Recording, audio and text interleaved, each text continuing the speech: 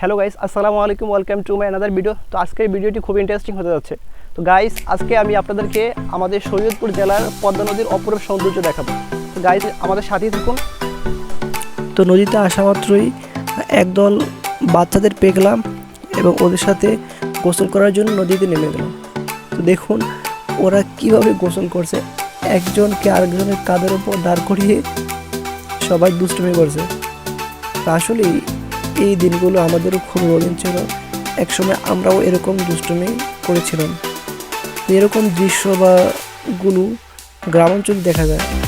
তো গাইজ দেখতে পাচ্ছেন সাডেনলি একটা নৌকা চলে আসছে এবং নৌকার ঢেউতে সাঁতার কাটার জন্য সবাই কীভাবে যাচ্ছে।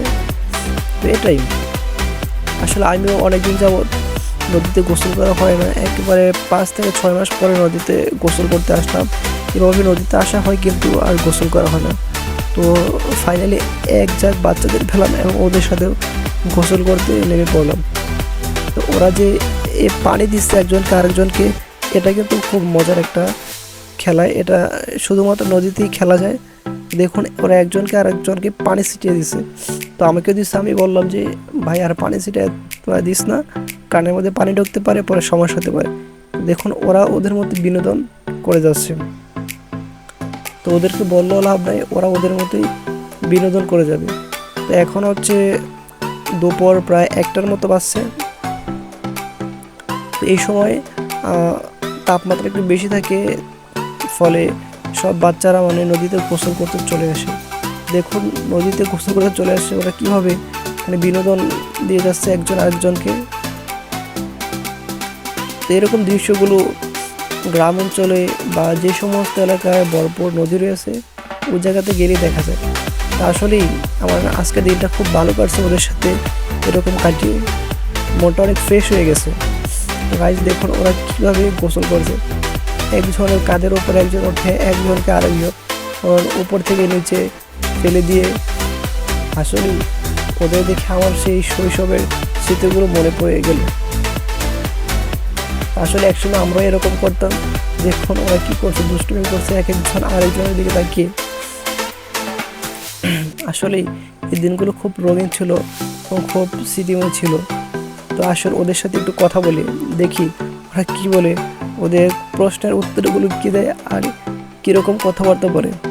সো গাইস, এখন আমরা ওদের সাথে কথা বলবো, দেখবো ওরা কী বলে। ওরা কি আমার আর প্রশ্নের রিপ্লাই দিবে, নাকি ওদের মধ্যে ওরা একজন আরেকজনকে বিনোদন দিয়ে দেবে। তোমার নাম কি? দর্শক ওর নাম নাকি বলতে পারে না। হ্যাঁ, তোমার নাম কি? জানি না। দেখেন ওই বাচ্চারা কি করতেছে। এই তোমার নাম কি? হ্যাঁ, কি করতেছে দেখেন। আসলে এই সমস্ত স্মৃতিগুলো গ্রাম অঞ্চলে আসলে দেখা যায়, ঢাকা শহরে বা শহর অঞ্চলে চার দেয়ালের মধ্যে এগুলো কখনই দেখা যায় না। দেখুন সবাই গোসল করতেছে, দুপুর টাইম তো এখন সবাই গোসল করতে চলে আসছে। এই তোমার নাম কি? আরাফাত, কোন ক্লাসে পড়ো? 3-তে। এই গোসল করতে কেমন লাগতেছে? এই ভালো লাগতেছে? গাইস দেখুন এই যে এরা গোসল করতেছে, লাভ দে লাভ দে লাভ দে। এই দেখুন লাভ দিচ্ছে। হ্যাঁ দেখুন চারিদিকে সবুজ, মাঝখানে নদী। এই দেখুন গাইস এই যে এরা গোসল করছে, দুষ্টামি করছে। ছোটকালে বাচ্চা বয়সে আমরা এরকম দুষ্টামি করছি। এই দেখুন এই জায়গায় একটা গ্রুপ, ওই যে আরেক জায়গায় আরেকটা গ্রুপ, দুইটা গ্রুপ। এই দেখুন আমার পিছনে সব বাচ্চারা গোসল করতেছে, দেখুন অগণিত। তো আমরা যেই সময় ছোট ছিলাম আমরা এরকম নদীর পাড়ে দুপুরে গোসল করতে আসতে, একবারে যদি 12টার দিকে আসতাম একবার 3টার দিকে যেতাম, কন্টিনিউ ভাবে গোসল করতাম। যেহেতু এখন গ্রীষ্মকাল, প্রচুর গরম, এই কারণে সবাই নদীতে বেশি টাইম ওয়েস্ট করে এবং গোসল করার জন্য বেশি টাইম মেনটেন করে। তো গাইস, আশা করি সবার ভিডিওটা ভালো লাগবে এবং ভিউটা আসলে খুব অসাধারণ। তো যদি আমাদের ভিডিওটি ভালো লাগে অবশ্যই আমাদের পেজের এবং চ্যানেলের সাথে থাকবেন অবশ্যই।